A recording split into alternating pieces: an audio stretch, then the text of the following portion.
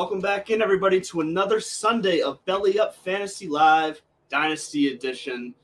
I'm your host, well, one of your three hosts. There's three of us here. Andrew LeDoux Grill, Mr. Mal. I got Kevin Wilson here next to me. I got Chase.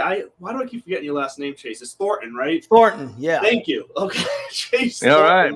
I just refer to you as Mr. Chase Thornton. all the time. All right. I apologize. No, that's okay. But we're here rocking with you today. We're going to be talking about the NFC South today. There's some big news, obviously, with the Baker Mayfield stuff, so don't worry. We will be hitting that hard out the gate. But before we get to all that, the pleasantries are needed. Kevin, how are you doing to my right this morning? Oh, we're doing great. Would be doing better if we didn't have highs of like 107 degrees today, but we're indoors, so life is good. And of course, it was better last week. I was on vacation, but I'm back, so we do what we have to do. Yes, you're back with the mirrored background, so we can see everything. That's right. So yeah, this is the normal setting right here, so we're good. Well, glad you made it back safe. And Chase, how you doing back at the bar down there? Well, we're doing all right. We had a good old fashioned campfire night last night, sitting around the campfire at my wife's family's farm. So, yep, had a good time. Ready to crack the first one this morning. There's the crack right there. Yep, There's get some that's stuff that's how you know the show has started. Right. You hear Chase crack. Here we go. We're live. We're good.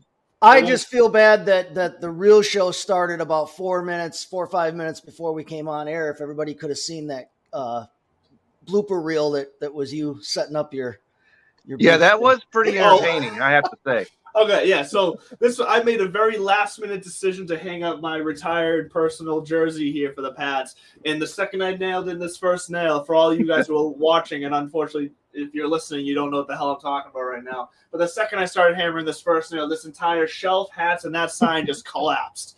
Yeah, we had major collapsing going on. Yeah. Well, we got it up. We got it done. We're good. The background's a work in progress, everyone. So stay tuned. Looks Keep good. checking it out. It'll be an evolution. So Andrew, do you have a replacement jersey that's taking that one's spot? Well, I got to get a new one because this is the one obviously with my last name on it. Yeah. I'm retiring the Brady's Patriots jersey. I'm refusing to wear the Brady Buck jersey I have. So eventually they're all just going to be hung up in the background. I got to figure out how that's all going to work. But I'll just be getting a new jersey at some point this season. At least it's the throwback. I like that. I like the throwback style. Yeah, I love the they're bringing it back as their alternative this year too. Yeah. So I'm excited about that because I do love those jerseys. If the helmet comes with it, they'll be in good shape then. Well, I'm gonna have to put my headphones back. I can't hear you guys. But anyway, so yeah, we're gonna be getting into. Here we go. That's better. We're gonna be getting into the NFC South here today because that's what the biggest, and it worked out perfectly because we talked about the Browns last week, and I thought about it. We, not on purpose, but we just happened to completely not talk about Baker Mayfield at all when we talked about the Browns and the AFC last week. So we get to talk about him this week because he's now a Carolina Panther, the massive news of the week. So first of all, before we get into specifics, like real quick gut thoughts from both of you, good, bad. You don't care, doesn't matter. Like where do you guys stand? Like we'll just do a quick and then we'll get into the details. So Kevin, what was your gut reaction when you saw this news? Well, my reaction is everything has to be more glorious than Carolina today, or Wednesday when this happened, because the prospect of having Sam Darnold as your starting quarterback had to depress everybody for miles around. That had to be real similar to having the prospect of Drew Lock as your quarterback. Oh, don't worry, Chase. So I understand. I completely understand how you wouldn't want to get out of bed with the idea of Sam Darnold starting as your quarterback. Yep. But from what I've heard since then, they're like, well, he's going to compete for the starting job and all. I don't understand any of that. You don't make this move unless you think that Baker Mayfield is going to be your starter. And if he doesn't take all the meaningful snaps this year, then Matt Rule better get his bags packed because he will not be back next year. Well, I think Matt Rule is probably going to be on his way out anyways. More likely, but yeah, well. if Sam Darnold is taking meaningful snaps, he definitely better make sure he knows the way out of town. Yes. And Chase, what was your gut reaction when you heard this? Well, like I said, first off, I was sad for Kevin because I thought that I thought that Baker would be going to Seattle. Yeah, and as we talked yesterday, Andrew, or at least I texted you during that show yesterday, I wanted the same thing for him to come. Yes, you did. I knew that. Yes. The reports are conflicted of whether how much interest they really had in him. I do think that when you talk about the 5 quarterbacks, the two fighting for the starting job in Seattle, the 2 that they had in Carolina with with PJ Walker and actually Matt 3, Corral. Matt Corral and Darnold. Sam Darnold. I think Baker's the best option of all of them, but yes. Going to Carolina is not a bad situation for him. I think it is. Yeah. They got him at a good discount, which is what they were fighting for, what they wanted. Yep. And everybody's like, well, they've got so much money in Darnold, though they're paying Darnold the starter money. No, you're paying that quarterback room a certain amount of money right now, and you've got to get the best guy out of it. Your costs in your quarterback room are sunk no matter what the names are and what each guy individually is making. If you're Matt Rule this year, you're coaching for your job. Their GM is probably GMing for his job right now. Mm-hmm. They are, and honestly, this whole announcement that, we're going to have everybody compete for the starting quarterback. No, that's the death throes of a regime on the outs. If they're smart, Mayfield is the best option there to win. If they can somehow sneak themselves into playoff contention, even they may be able to save their jobs and get some more chances down the road. And if they get more chances down the road with a better quarterback, okay, well, maybe they can set something up. I think Darnold, and I tweeted this out the other day, I think this is probably the end of Darnold's starting career. Yes. I do not. If he ever had one. Don't be so sure. It doesn't have to be the end of his NFL career. No, if he can embrace the backup role and not stop fighting to start. I mean, teams now can look at him and say, okay, he was not great as a starter, but he won't be overwhelmed by the idea of starting a game. He's been a starter for 4 years now. And I think that he could carve out a niche for himself as a backup. I think he's done as a starter. I think that Matt Corral, in dynasty formats, we obviously are hanging on to Corral, but I'll be very interested to see if Mayfield signs an extension. If they end up signing Mayfield to an extension, if he gets off to a hot start this year, or if they sign him to one after the season, I can't see them doing it before the season, but maybe. Who knows? With the way that regime operates, who knows? But I think this points to Corral getting several years to develop instead of having to be pressed into service right away. So I think that Mayfield holds short-term value, at least for the next year or two. If he signs an extension, that'll be really interesting down there in terms of their quarterback situation. So I talked about this a little bit on No Credentials Required yesterday, and here's where I stand with the whole situation. Here's my prediction, I should say.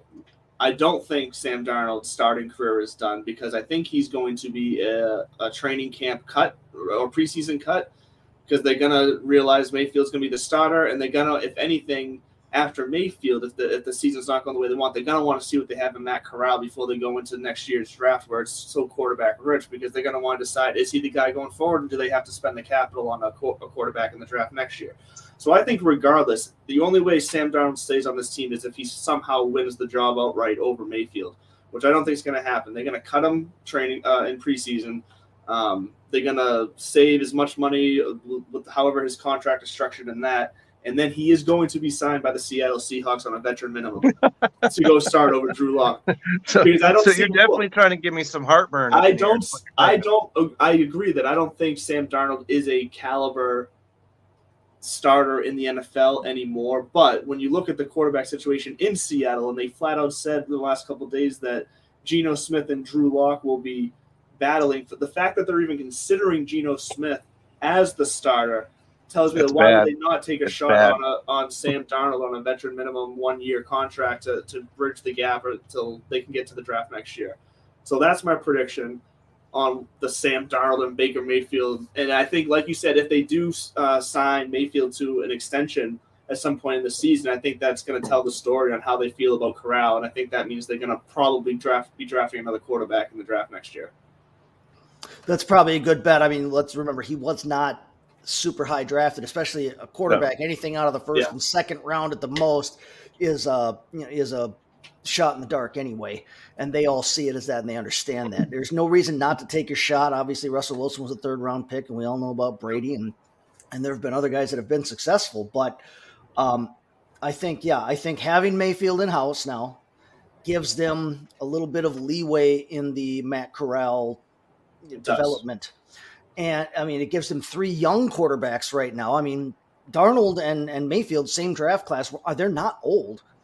But like you said, I think Mayfield's what, 25? Is that what he is? Yeah, I believe so. The one thing that makes me not question your scenario there of cutting him preseason, Andrew, is that, like we said, that the costs are sunk or whatever. But if you cut Darnold, you're not out a ton of money starting quarterback wise because they got Baker at such a bargain.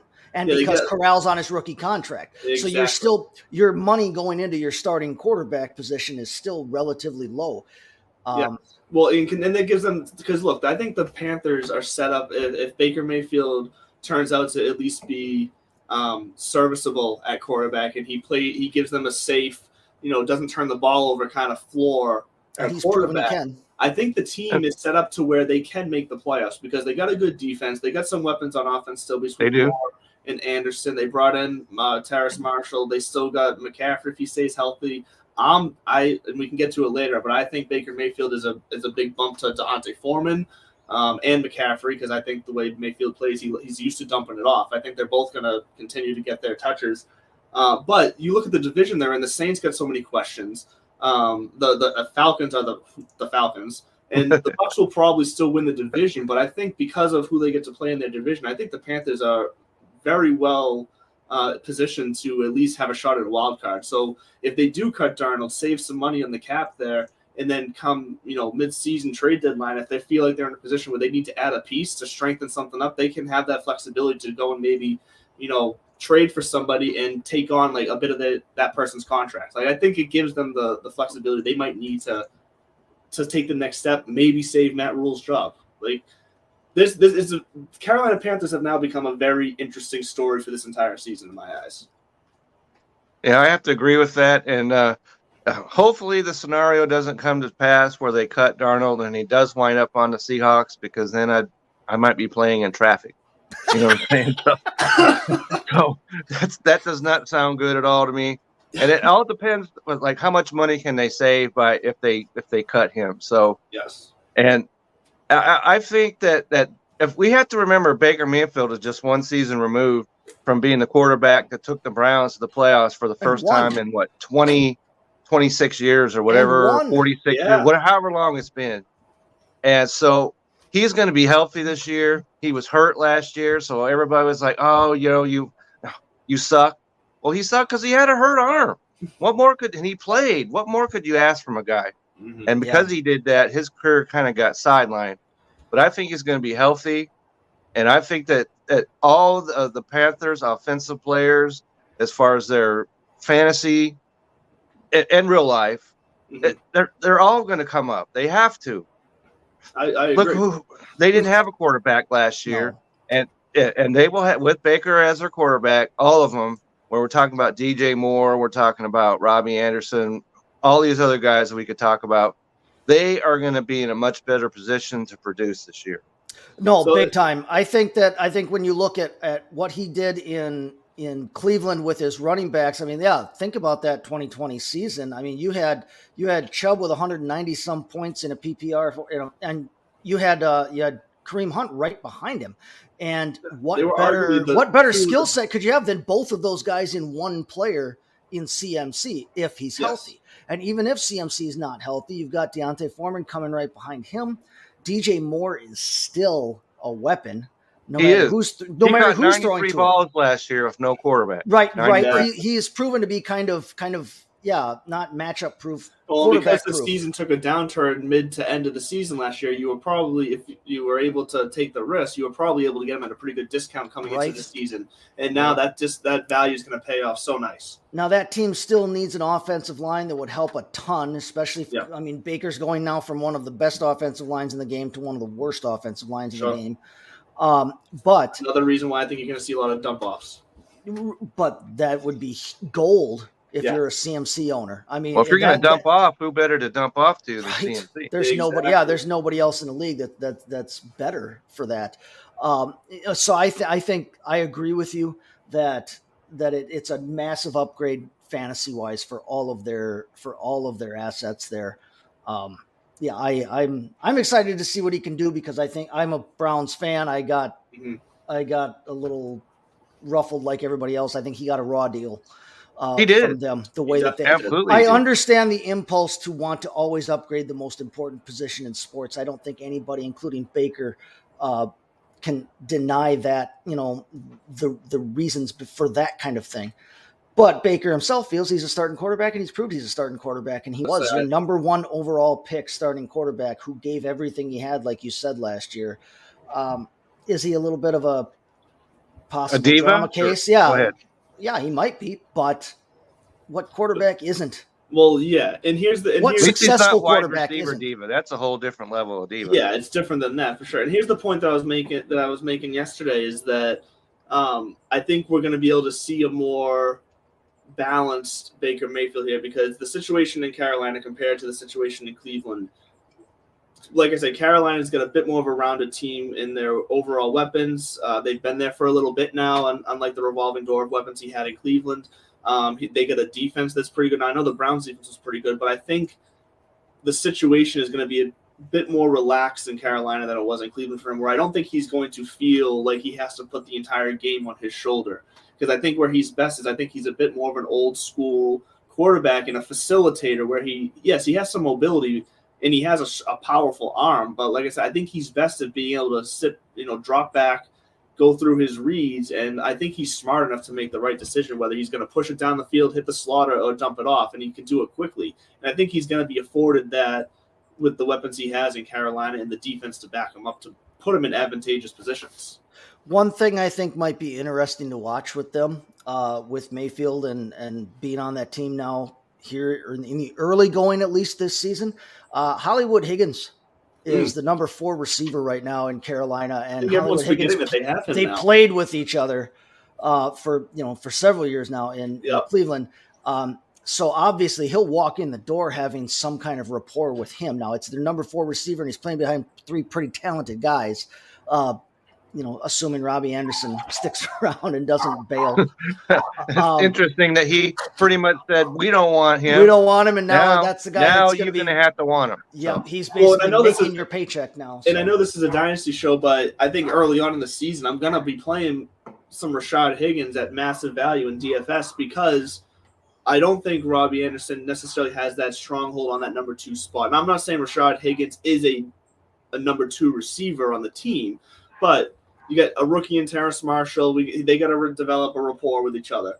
Robbie Anderson, we'll see where he is. DJ Moore's a clear number 1, but I think as far as early on in the season, those first few games, he could be looking at Higgins as that comfort zone where he's used to and he trusts him already. Right, already knows him. Yep, exactly. He could play an early season role from a DFS standpoint, and if you happen to have him and you believe fully in that, then maybe you take a chance in like a last round in redraft or dynasty, whatever, you take a last round pick on him and then you turn around and trade him early on in the season and at high value if you believe it's going to happen. It might not happen. This is obviously a prediction for me, but I can see Rashad Higgins having some early season success and then tapering off. Especially if you're in a deep league, 16 team or something like that league, 14, 16, 3 receiver league with 2 flexes or something. I mean, if you're playing a lot of receivers in your league, he could easily. He's a guy to watch early on. He's not the worst flyer late in a format here, or for no money to pick up in a dynasty format necessarily. And that's the thing. Baker Mayfield makes Higgins relevant in that offense, which just makes their receiving room even deeper. To be able to have 4 usable receivers in that offense, a lot of teams can't say that. All right. We've talked a lot about the last or next to last place team in this division. I know. I was just going to look at the clock, and so let's move on to so I'd say the next most interesting situation here. We're going to save early, unless you guys disagree. I'm thinking we save the Falcons to last because we've kind of already talked a bunch about the Falcons over the course of this offseason so far.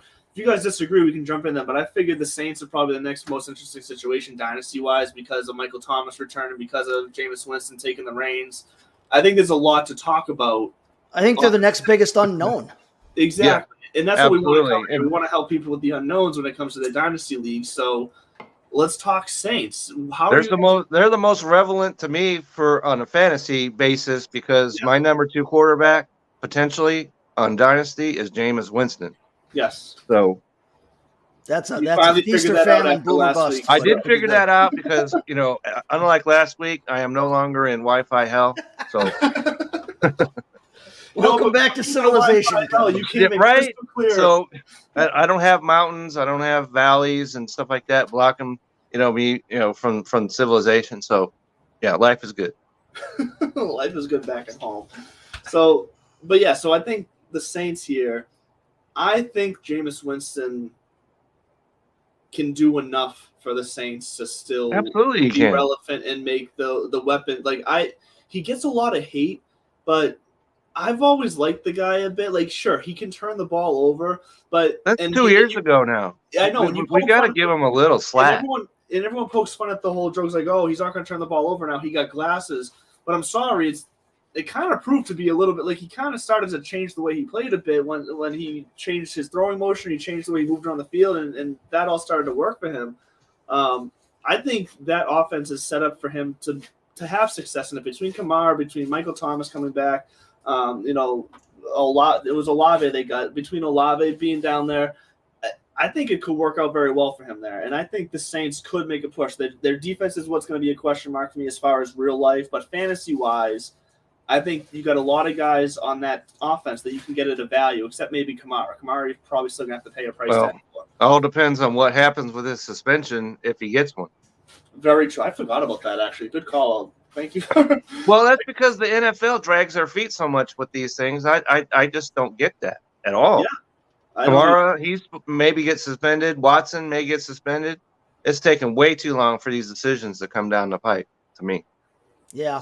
So who are we looking at the same familiar faces to be the focal point of the Saints offense with Michael Thomas coming back and Alvin Kamara, or are we gonna see them start to fade to the background and get some other guys stepping up? But where are you guys standing? Is there value in this offense? That's the big. There's a ton of value in this offense. I agree. But the big unknown again is that they don't have Sean Payton's not there anymore. We're not sure what their offensive identity is going to be. And honestly, unfortunately, with this whole Kamara situation unresolved, they're not necessarily sure, I don't think right now, what their offensive identity is going to be. They're not going to have perhaps their best offensive weapon, which he clearly is. Yeah, right. Yeah. For up to possibly half a season or so. Who knows? I mean, right now I've heard a lot of 6 games bandied about. I've heard that too.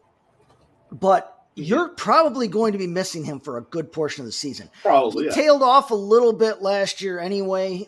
He didn't have a great year by Kamara standards. They've got Mark Ingram behind him, but Mark Ingram is somewhere around my age or older. If Mark Ingram's going to save your fantasy season, I think he's not. Tony Jones hasn't shown a whole lot in the past. That's why they've had some guys in. That is what worries me, because if Kamara misses significant time and Ingram is not where's their running game go? Ingram, he can be because when's the last time Ingram has been the bell cow main focus of the backfield? It's been a while. Right. They actually sat him down in that role in Baltimore when he was there a couple of years ago. They actually took him and out of that role. And after the two, Kamara and Ingram, we got, like you said, you already mentioned Tony Jones. Is what, Abraham Smith? I mean, you got a lot of unknown. Abram Smith. They got Devin Zigbo. Divine. But so we know a little bit about him, but still, I don't know that Tony Jones is even an unknown. Tony Jones isn't necessarily as unknown as he is unfortunately known. You don't have anything there. Yeah, you don't want him. You don't want him. Yeah, what I meant by it is just I don't have faith. I don't have faith in anybody. Plus, you're still you're talking about a middling offensive line that lost their best player, and you've got a quarterback like we've said in Jameis Winston. Now, Jameis Winston is a chucker. He's a chucker, and 5,000 yards. There are not a whole lot of men in this league, in the history of this league, the storied, illustrious history of this league. There are not a lot of 5,000-yard passers. He's one of them. Now, granted, he threw 5,000 passes and about 4,296 interceptions that year, but he wants to chuck it. And now he's got Olave there. He's got Michael Thomas. And like I've said in the past, and I will say it again on this show, and it's probably been about the 4th time I've said it, if Michael Thomas can't guard Mike, then we've got even if he's 80% of that, we've got something there between him and you've got some weapons on this team. They still have Taysom Hill. I know Trotman's going to be there for sure between the 20s tight end. But Taysom Hill is still a crazy red zone weapon.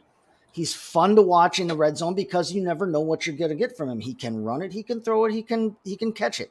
Well, let's not forget another tight end in their tight end room, since we're talking about the tight end weapons they have right now. Someone, and Kevin's familiar with this guy, someone like Nick Vannett can show up in random spots. I'm not saying go out and add Nick Vannett to your dynasty team. No, please don't do that. But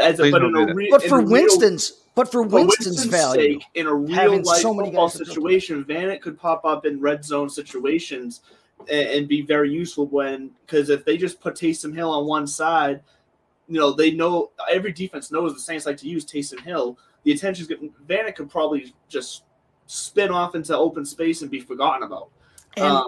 And it brings me to my point about Jarvis Landry too, because Michael Thomas, if he does return to being can't guard Mike, he's going to start drawing double teams. And now they have finally another option who can actually open up the field and Jarvis Landry across the field. He can move the defense around.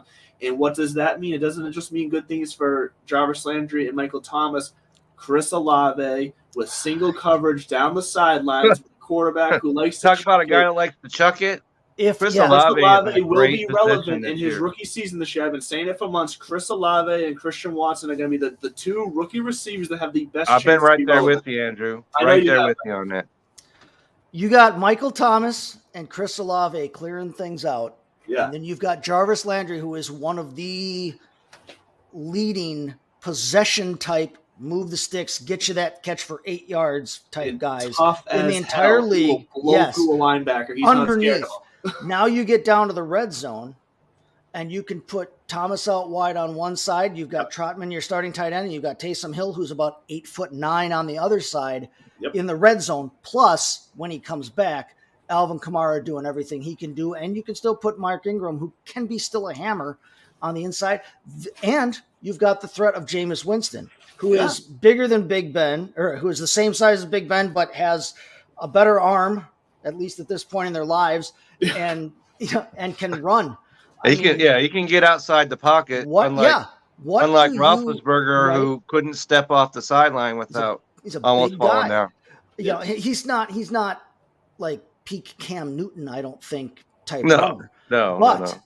But he's a big guy who can run, and you're in the red zone, and you've got all of that. Where do you put your resources as a defense? Who do you take away? Even if Michael Thomas doesn't come back as a great receiver like he was, even if he's not catching 120 balls and 15 touchdowns. He was elite, even if he comes back down. And he's still a big body who can catch the ball. He's still a big body. Yeah, if he catches 90 or more passes, they're in good. They're in business. So, but that brings up the question, like you mentioned early on in our discussion about the Saints here. Does the new coaching staff, do they use all these weapons in the correct way to take full advantage of it? And that's going to be the biggest question mark, because they have. Yeah, if they don't, then they need to hit the bricks. Yes. Seriously, why are you a coach of an NFL team if you can't use your weapons that you have on your team? Well, and for the same reason why I think the Panthers have a shot, the Saints should be looking at this division saying, hey, we're not dead in the water here in this semi-rebuild that we're doing here with a new coaching staff. We have a shot to still stick around and be relevant because of the way the division is built. They should be trying to grasp the opportunity. Right. Well, if they were in the NFC West, then that would be a whole different equation. Exactly. But they're not. Well, and they're in the NFC. So I think in the NFC overall, you used a qualifier earlier when you said the Buccaneers might or probably should win the division. Yeah.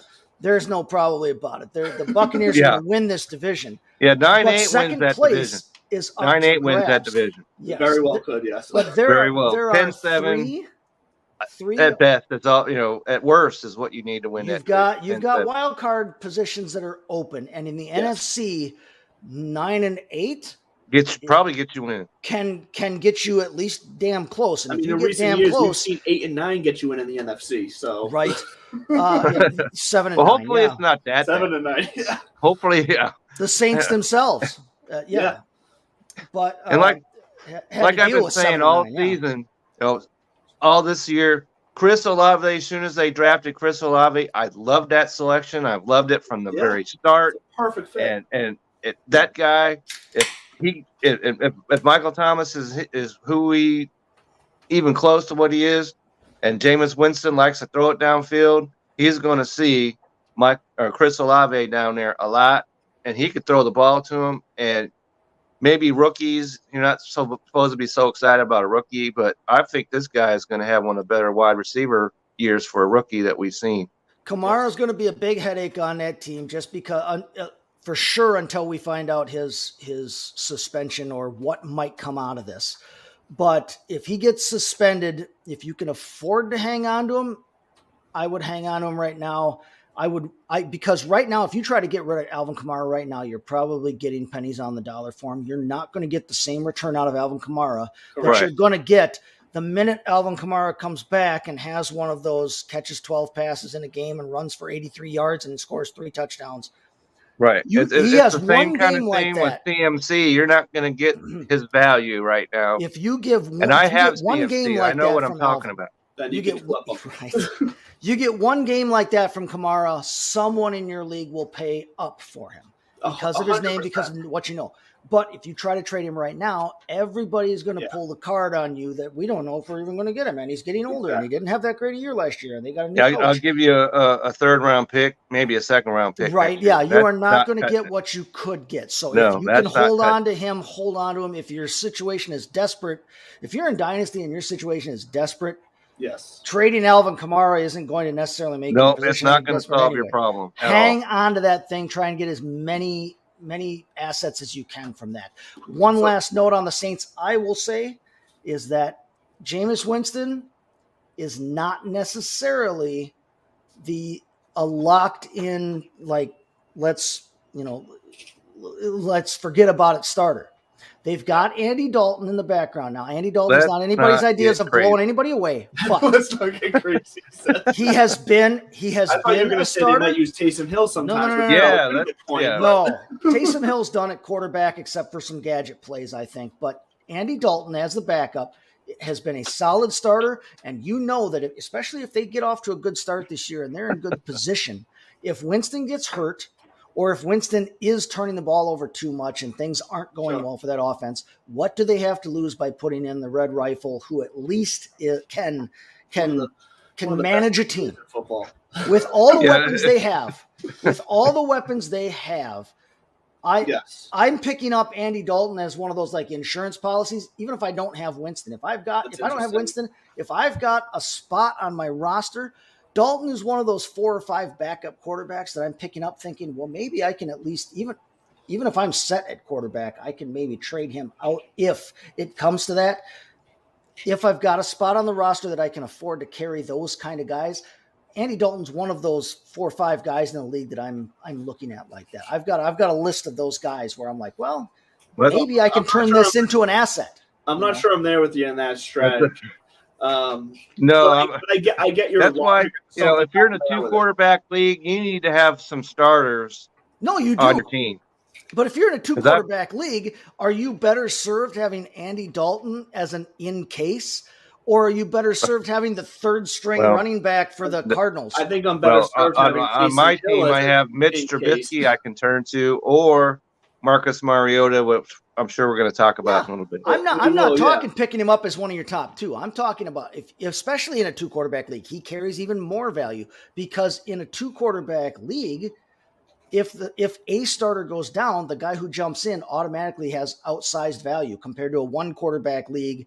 If you're in a 10-team 1 quarterback league, no, Andy Dalton's nowhere on the radar. If you're in a 2-team or 2 quarterback or super flex position, if you're in a 14, 16 team league like that, backup quarterbacks take value now. Anything. If it's anything more than 12 teams and it's a super flex or 2 quarterback league, then yes, I get the argument to have him stashed on the bench because if one injury to Jameis Winston and he's your starter, and Taysom Hill will just continue to play that gadget role. And my point is that Dalton is one of the better backups to have. I would rather have Andy Dalton on my roster than Jordan Love in that situation. Okay, well, Jordan Love's on my taxi squad and may never get off of there. That's how things are working. That is fine. Before we get to the Manscaped ad, I want to digress real fast. One final point about, and you know what? I'm not even going to do it because it just left my mind in the instant I started talking about it. I can't even make that up. I had it a second ago and it's gone now. So too much interior decorating. We are going to jump. That's right. Maybe one of those hats hit you. When it fell down. It might have. Look into that. It might have. So sticking around real fast here. We're going to hear from Manscaped, and then we will be right back after this short commercial break to tackle the Falcons and the Bucs for you for the rest of the show. Hey, you. Yeah, you. Got Bush? You definitely do if you haven't tried the best products from our sponsor today, Manscaped. Taking control of your bush is important. These products are so good, you're going to be showing pride in your new bush-free yard. It's a fact that you will have the best kept nutsack on the cul-de-sac. Save big and be the most hygienic version of yourself by using the discount code BELLYUPFANTASY for 20% off and free shipping at manscaped.com. Whether you're looking to go bald like an eagle or just in need of a safe trim, Manscaped is dedicated to helping you level up your full body grooming game. The grooming package I highly recommend is the Performance Package 4.0. Inside this package is a Lawnmower 4.0. This electric trimmer is a bush worst nightmare. With a Performance Package purchase, you get 2 free gifts, the Shed Travel Bag and the patented high-performance reduced chafing Manscaped Boxers. They have a bunch of other products on their website, too, to help you maximize your confidence and grooming game. So that's 20% off and free shipping when you use the promo code BELLYUPFANTASY at manscaped.com. It's time to level up your game from the Amazon to the Amadong with the ultimate bushwhacking tools from Manscaped. So one more time, that's 20% off and free shipping when you use the promo code BELLYUPFANTASY at manscaped.com today. Hey. I'm not going to lie. I did not listen to that commercial this time because I am still trying to figure out what the hell I was going to say. Well, that it is driving me insane right now because I had a point and then it just freaking launched itself out of my head. So I guess we're going to forget about it. That gets better as you get older. I'm going to remember it. I'm going to remember it like 11:30. Just so you know, that issue becomes more commonplace. So just so you know that. Oh, fantastic. My birthday's in a few weeks, so I guess I'll lose some more memories. So we're left with the Falcons and the Bucs now when it comes to the NFC South. And like we said, the Bucs seem like they're going to probably, or as Chase says, definitely going to win this division. I don't see why they shouldn't. Because it doesn't seem like Brady's going to fall off the cliff at any point. Bill Belichick, what the fuck were you thinking? But anyways, the Bucs are still primed and ready to go. They still got Mike Evans. Chris Godwin is trying his hardest to be ready for Week 1. I'm not convinced it's going to happen, but it seems like it's realistic that we're going to see Chris Godwin within the first pretty early on, within the first 4 weeks of the season, which is good news for the Bucs. They brought back Leonard Fournette. Like they are primed and ready to go again. Yeah. And I don't see why we're not looking their way fantasy-wise, and I don't see why we're not going to hold on to the assets we already have on the Bucs in our dynasty leagues, because I think they're also going to be who they are. Is there anybody on the Bucs team that you guys are thinking is going to be drastically different to where there's someone we should be launching off of our dynasty rosters, someone who's not going to fulfill their value? Because I see them performing exactly how we expect them to be over the last couple of years. Yeah, no, they still have a strong offensive line. Even with Ali Marpet gone, they still have a strong offensive line, and and they still have Tom Brady. And yes, Tom Brady is older than dirt, but at the same time, he's ageless. He's one of those people who, I mean, we all know the jokes about avocado ice cream and how he took care of himself. And it's one of those things where I don't understand how anybody who plays in the NFL, who plays professional sports, period, I don't understand how any of them are not looking at Tom Brady and saying, geez, if I want to play forever, holy cow, I got to start doing what he's doing. Sense. You know, does Tom Brady really look like his life is that miserable because he's taking care of himself? God, come on! If I'm a professional, he's if I was care half of a foot himself, taller, and he's taking care of his team by not taking max dollars. So right now, it's something he's always been. You've always been able to hang that hat on him and say he does care about it. He's one of the few players that you could say is proven cares about winning more than anything else, money more than fame, and maybe that's because he has a super successful, rich wife, and he's afforded that luxury mentally. But I think it's just in his makeup. I think that's how he's always been. He just wants to win. And now here's one of those teams that has a new coach again. They had the coaching regime change this offseason. They had some of the drama with, Brady was conspiring with Peyton to be the Dolphin. But if there's anybody that you want as your quarterback who can put that behind him, it's not going to matter. It's Tom Brady. Yeah. And now you look at all the offensive weapons they have. Holy cow. Yeah.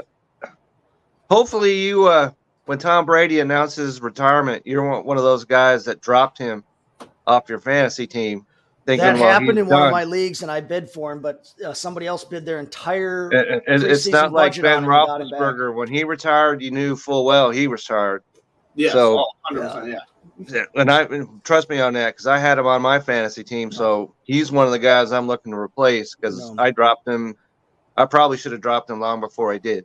I picked him up in that dispersal draft where I took Deshaun Watson number 1 overall. I picked up Tom Brady to be my quarterback. I've seen some people fading Brady. I've seen people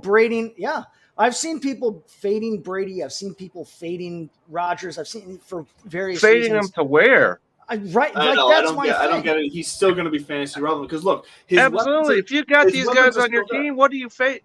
Get him on your start him. There's no. The only weapon he lost really is. Gronkowski. I mean, Ronald Jones, whatever. Gronkowski. Whatever. I'm Ronald Jones, come on. He lost Gronk. He lost a trusted red zone threat, so I get that in losing Gronk. But he added Russell. Maybe he lost him. We don't know that. Lost until about week 5. I think Gronk's actually done this time. I truly believe that. But they added Russell Gage, who was another. Russell Gage is the guy that you gotta like. Exactly, another reliable. Here's the comparison I'm going to make. If you're looking for an early season, this is going to be similar to my point earlier when it comes to DFS. If you're looking for an early season type of shot in the dark play at value, Russell Gage, I see having games early on the season the same way Scotty Miller did for Brady when he first jumped on the scene in Tampa. Scotty Miller is now the bottom receiver out of like 7 or 8 receivers on this Bucs roster now. They still have some good young talent in Tyler Johnson. Tyler Johnson. I got the name right. Jeez, I'm blundering my Tyler Johnson. I'm blundering my names all over the place today. They still got a nice, at this point, I guess, a vet in Rashad Perriman, who has proven to have reliable hands. He's just never had the opportunity. He's going to continue to not have the main opportunity here as well. Yeah. But in spot situations, what I'm trying to get to is that Brady's going to have guys, even if there's a play where Chris Godwin has to sit out or Evans has to sit out or Russell Gage has to sit out, if one of those guys has to tap his helmet and sit off the sideline for a few plays, between Miller, between Johnson, between Perryman, he's got some reliable hands guys that is the exact type of receivers he's going to be looking for. It's the type of receivers he's always looked for. And they're going to still be able to allow Brady to have the success where he's still going to be a top 10, definitely, possibly still a top 5 quarterback in dynasty, redraft, and all formats of fantasy. I don't see how he's not. Right. Especially if you're in redraft. You could get him later and he'll be good to go. Yeah. And that's the thing. He does keep dropping down the redraft board because people keep following the storyline of age. And I get it. I understand it. But Brady has proven to now just be the nemesis of Father Time, where your logic makes sense for most situations. He's just the outlier to where in redraft, to me, Brady still carries value. And like you just said, Kevin, if he's going to drop to the later rounds and I'm going to be able to get him in like the 9th, 10th round or something, I'm going to get him that low, then praise all it's holy because you're good to go now. Right? Exactly, because that means I loaded up on receivers and running backs for the first 8 rounds. Absolutely. And I still got a quarterback who's going to finish top 10. You got to know that you're not going to have him forever in a dynasty format. So you want some young guys. If you've got Tom Brady as your quarterback 1 or your quarterback 2 in a 2-quarterback league or whatever, I hope you did or do draft somebody young here or pick up somebody younger to go with it. But I mean, he's almost proven to be age proof. He's not going to last forever. Even if his skills last forever, at some point he's going to take off. He's going to take the TV money. He's going to go home to Giselle. He's going to have a good time, right? Well, he's already got rumored contracts in place to be an analyst. Like giant contracts. He is set up. So I do think he's probably only got about 2 years left playing. But I feel he's ready for the next step. I feel the same way about him. I feel about Rodgers. I know Rodgers doesn't have any receivers, and I know Brady's old, but reports of their demise as fantasy relevant quarterbacks or starting quarterbacks. Let's not get crazy. Let's not get crazy. In Dynasty, the only way neither one of them are in a pine box right now, so let's stop that.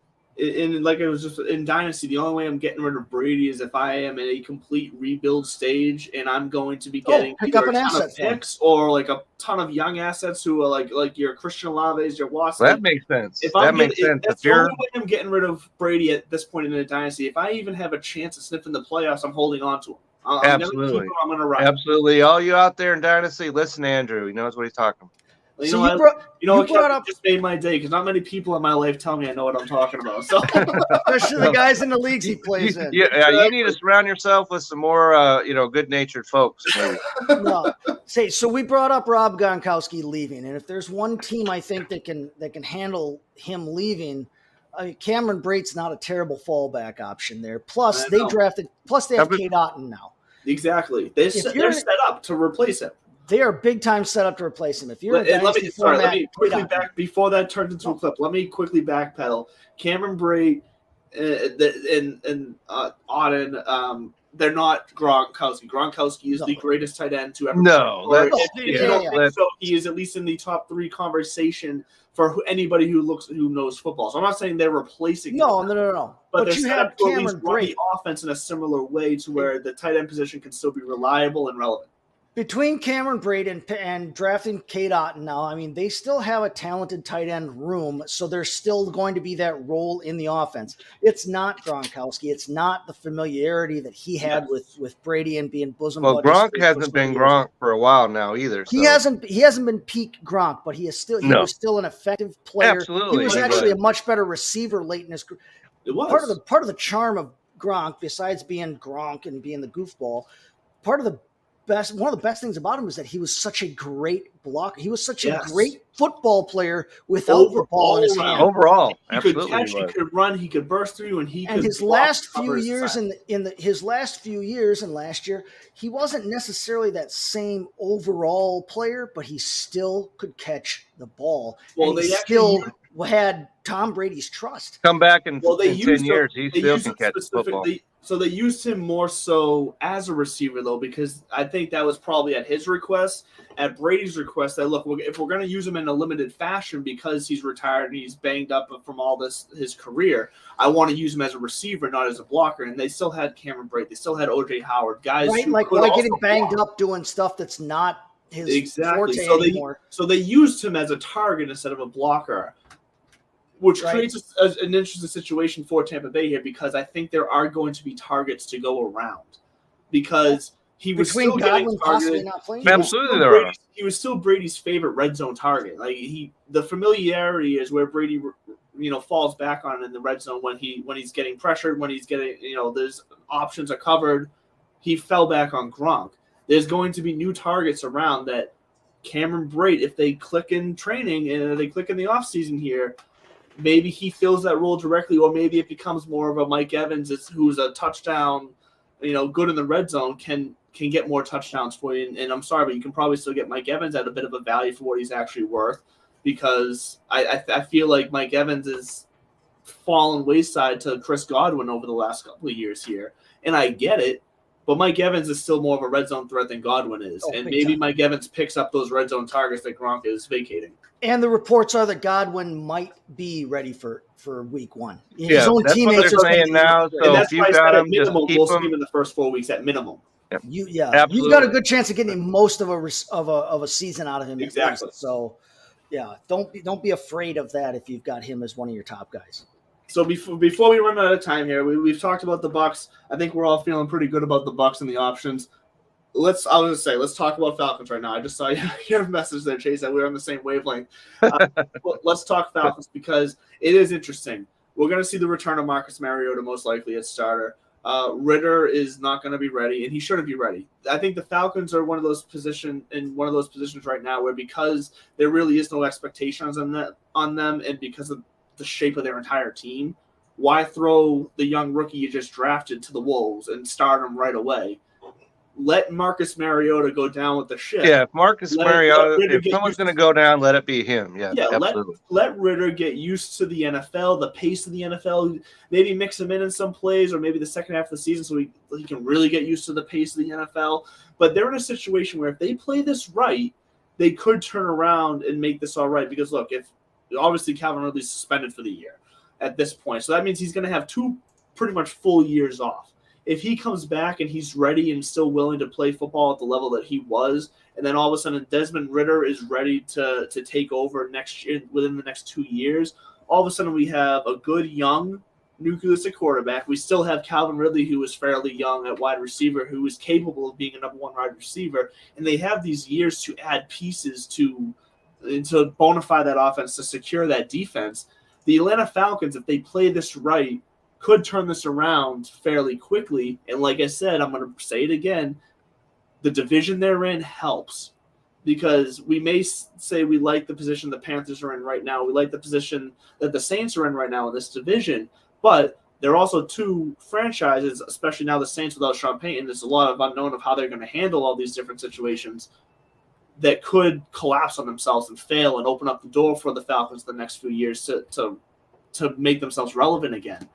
So in dynasty format, are you buying Ritter? Are you still trying to hold on to Calvin Ridley? Are you trying to get Calvin Ridley at a discount? Like, where are you guys sitting on the main weapons for the Falcons here before we run out of time?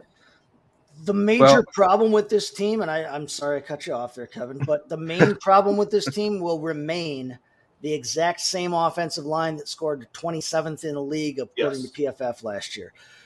I'm not worried about Mariota being able to spread the ball because they do have some weapons. They picked up Bryan Edwards.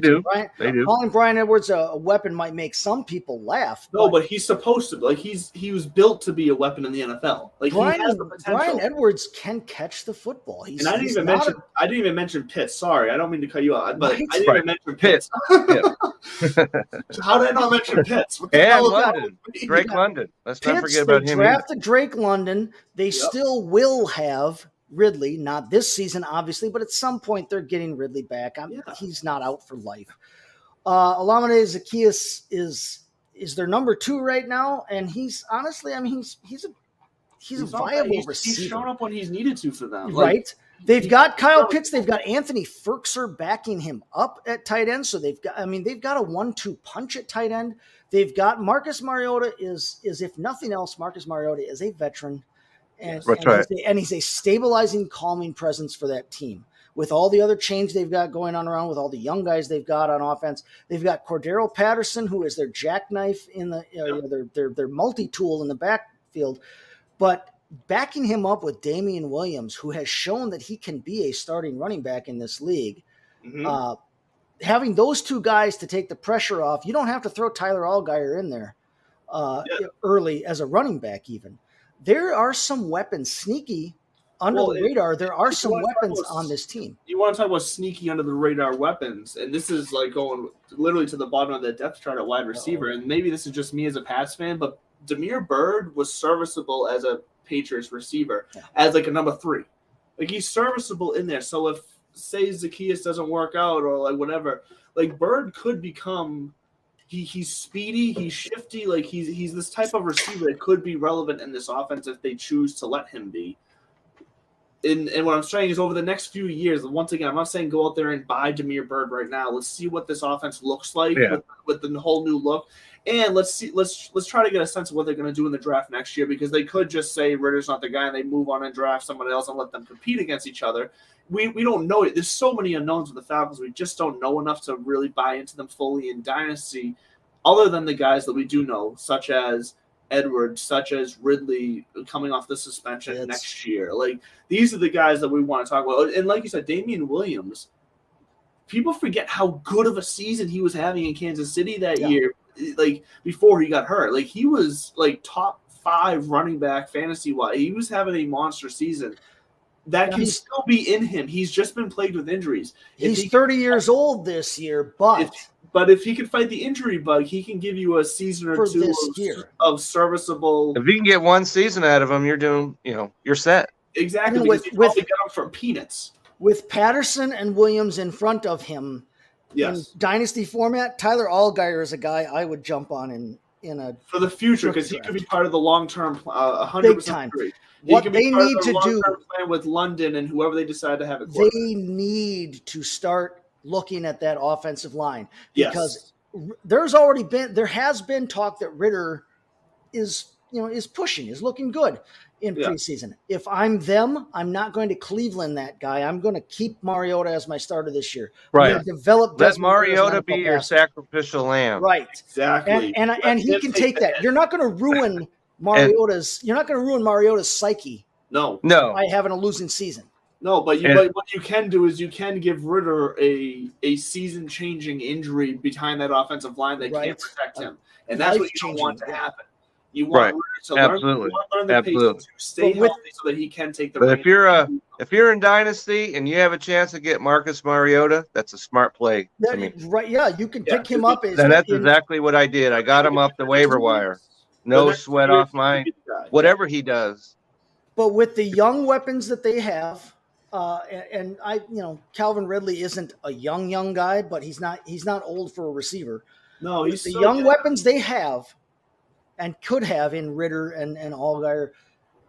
This team needs to be looking at building their offensive line for the next few years. They could, in a couple of years, they could be ready to take that mantle when Brady does retire and when the Bucs bill does come due. It could line up perfectly. It could line up absolutely perfectly. In Dynasty formats, I'm buying some of those guys and I'm keeping them.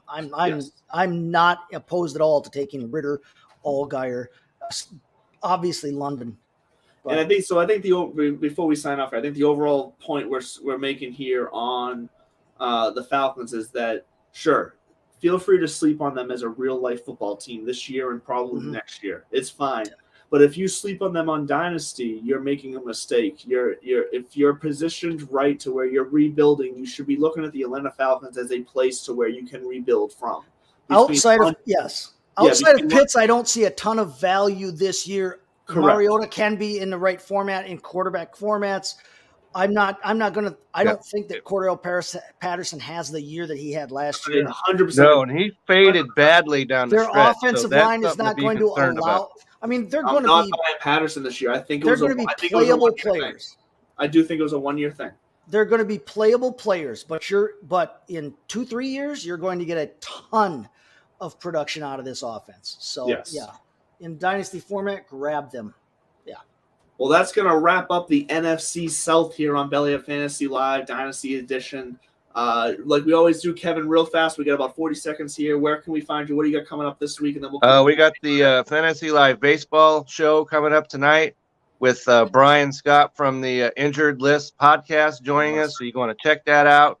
Tomorrow, I'm joining the fantasy guys. We'll be talking about the Bengals over there. So you're definitely going to want to check that out. Fantastic. Chase, what you got going on this week? Oh, let me know what you think on Twitter in terms of if I'm going to get a jersey from your team, what all-time legend from your team should I be getting? All right. Let me know that. That's what I'm looking for this week on Twitter. I'm also, like I said, I'm Jim Nance Patriots jersey. You won't. I'm writing. I'm always on Twitter, though, at STT Chase FFB. So give me a look. Tell me what you think of that. But, Check out Just to add Cortez Kennedy for the Seahawks. There you go. I thought you were going to say Drew Lock, all-time great. I'm more apt to no. Even better. If you want, come on, I'm going to go out and jump over this ledge here. If you want to really get the value, you jump on my train. You go out and get a custom-made Sam Darnold Seattle Seahawks jersey before anybody else has it. You're going to cause me to have a brain hemorrhage here in a second. Look, I'm telling you, I feel very strongly about this take. I think Sam Darnold's going to be your starting quarterback for the Seattle Seahawks this year. Like I said, brain hemorrhage is right around the corner. Well, as always, you can find me at Real Mr. Mallard right here on Twitter. You can also find my golf show at Divots and Pivots on Twitter, YouTube, TikTok, Instagram, all the socials, all the podcasts. You can find us all here. There's going to be some changes coming up, so just keep an eye out for some announcements from Belly Up Media. But you're still going to be able to find us every Sunday here at 11 o'clock. That's right. Right here. Join us. And a bunch of other places will be announcing soon, but you can still find us if you choose to listen to us. We love you guys. We appreciate the support, and we will see you next week where we will continue our journey through the divisions of the NFL. Check out BellyUp.com and get in on the Belly Up Bowl. Yes, the Belly Up Bowl. Thank you for mentioning that. Belly Up Bowl for all. Look, we're not live on Tiki at the moment anymore, but we're still live on YouTube and on Twitter and Facebook. So if you're listening still, the Belly Up Bowl Chase has a fantastic point, fantastic charities. It is. I was a part of that last year. Yes. And come on. Even if you're not playing, you can go to Belly Up. You can go to bellyupsports.com. You can donate if you want to donate. Check it out. All the information's on there. So we'll see 100%. We'll see you guys next week. Once again, we love you. Thank you for the support. Have a fantastic week.